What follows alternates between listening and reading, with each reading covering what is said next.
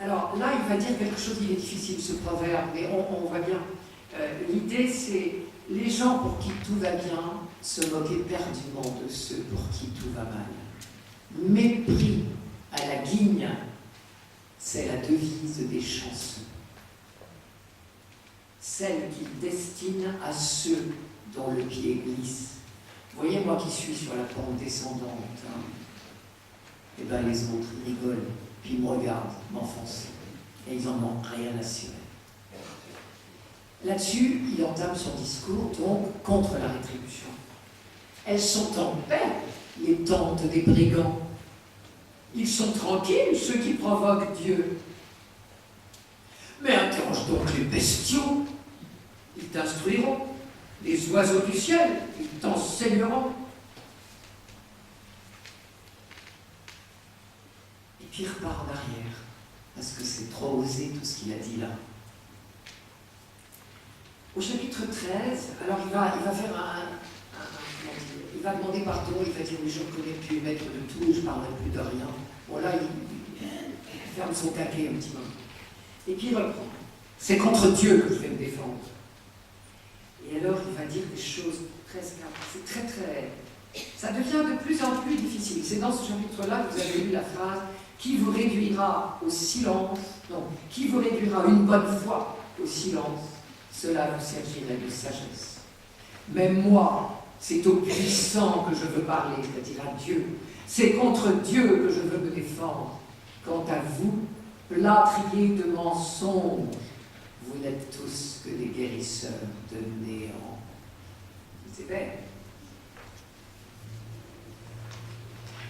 Alors je vous lis un passage, là encore, il est très très, comment dire, très tiraillé, très déchiré. Combien, vous voyez, combien ai-je de crimes et de fautes? Ma révolte et ma faute, fais-les-moi connaître. C'est à Dieu qui parle.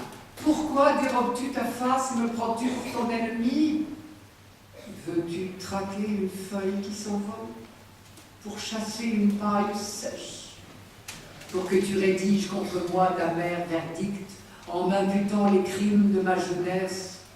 Pour que tu mettes mes pieds dans le fer et que tu épies toutes mes démarches en scrutant les empreintes de mes pas? Et pourtant, tu devrais bien savoir que je ne suis qu'un souffle, dit le psaume, et il lui dit, et pourtant, l'homme s'effrite comme un bois vermoulu, comme un vêtement mangé des mythes. Sous-entendu, Dieu t'acharne pas.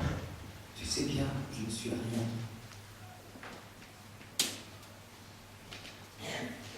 Au chapitre 16, alors après ce chapitre que je viens de vous lire, vous avez des chapitres de ces années. Au chapitre 16, il reprend. Et il est encore dans la logique de rétribution. Mais pour dire son innocence, c'est là que je vous ai entendu tout à l'heure.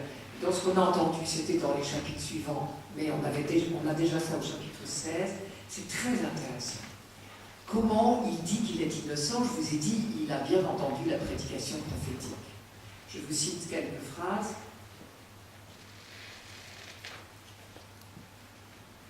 Pourtant, Seigneur, tu sais qu'il n'y avait pas de violence en mes mains et ma prière était pure. Alors ça veut dire quoi?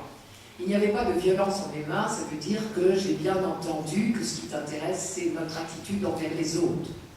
Ça, c'est un discours des prophètes bien avant Jésus-Christ. Ne fais pas aux autres ce que tu ne voudrais pas qu'on te fasse, vous savez que Jésus ne l'a pas inventé. Ça fait partie de l'acquis de l'Ancien Testament. Donc il n'y avait pas de violence en mes mains, c'est-à-dire, si je prétends que je suis innocent, c'est parce que je n'ai jamais fait de mal à personne. Et il y a des passages superbes, où il dit que justement personne n'a jamais eu ni faim ni soif à ses côtés. On l'a un peu entendu tout à l'heure. Ma prière était pure, ça veut dire autre chose. C'était la deuxième insistance des prophètes.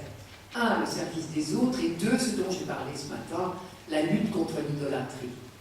Ma prière était pure, ça veut dire je ne me suis jamais tournée vers une idole. Dans la Bible, la pureté, ce n'est pas la blancheur persil, au risque de nous surprendre. Dans la Bible, la pureté, c'est la non-idolâtrie. C'est l'adoration de Dieu seul. Vous savez, en chimie, on dit qu'un corps est pur quand il est sans mélange. Eh bien, dans la Bible, c'est ça. Mon cœur n'est pas mélangé. Je ne rends pas des cultes au Seigneur du Sinaï d'une part et au Baal de l'autre. Ça n'existe pas. Je ne me tourne que vers le Seigneur de l'Alliance. Ça, c'est ça la prière pure. Intéressant, ça prouve qu'on est très influencé par les prophètes. Mais ça prouve aussi que je suis encore dans la logique de rétribution. Ça veut dire que j'ai des droits sur Dieu. Je me comportais bien, je ne comprends pas pourquoi toi tu te comportes mal à mon égard. J'avais des droits, j'ai acquis mes mérites. On n'est pas toujours loin. Et il y aura un moment, il va dire, c'est Dieu qui a violé mon droit. On est dans la logique de rétribution, pure et dure encore. Même s'il a déjà plusieurs fois dit, oui, en attendant, moi je dois des scélérats pour dire ça va vraiment bien. Les tentes, les brigands, c'est ça que ça voulait dire.